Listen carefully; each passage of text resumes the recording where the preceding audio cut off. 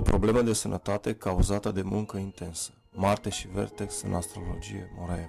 Dacă într-una din dățile anterioare vorbisem despre accidentele minore inevitabile provocate pe terenul de fotbal, exemplificând pe harta mea natală astrologică, astăzi voi vorbi despre durere, dând desigur un exemplu din viața reală în astrograma unei persoane. Astrograma aceasta este a cuiva care a experimentat dureri din ce în ce mai intense în zona abdominală, culminând cu adevărate crize, odată cu apropierea Soarelui pe 3 martie 2020 la mai puțin de 3 grade în opoziție cu conjuncția natală Uranus-Pluton, casa 6 din Fecioară și culminând pe 19 aprilie 2020. Fecioara guvernează sistemul digestiv.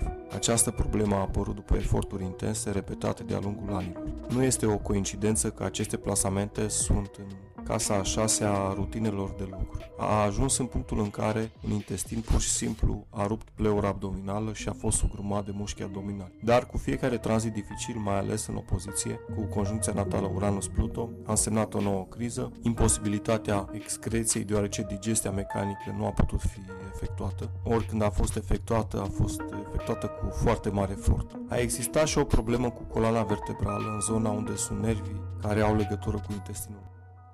Vărsătorul guvernează coloana, așa că patronul acestui semn este planeta care împreună cu Pluto în harta natală realizează conjuncția anterior menționată. Deci, doamnelor și domnilor, avem activă aceeași zonă, fiind activată dintr-o altă zonă. Oamenii cu Marte într-un semn de pământ fac eforturi fizice intense. Pe 3 martie 2020, planeta natală Marte a primit aspecte de la Venus, de la Saturn și pe măsură ce timpul a trecut, planeta Marte a primit aspecte din ce în ce mai provocatoare. Marte a devenit combust, primind conjuncția de la Soare după jumătatea lui aprilie 2020. Pătratul cu Saturn era încă activ. În plus, nodul nord era și el sextil cu același Marte natal, așa cum am văzut în cazul videoclipului din partea superioară colțul din dreapta. Aspectele cu nodul nord sunt periculoase, potențial fatale. Astfel, înainte de a fi combust, Marte natal 911 a fost pus pe speed dial pe data de 19 aprilie 2020, când durerea a atins cote maxime. Acum, exactitatea timpului nașterii poate varia ușor, dar dacă este cea menționat, avem și prezența vertexului în Fecioară în casa 6. Vertexul, ca etimologie, îl are pe zeul latin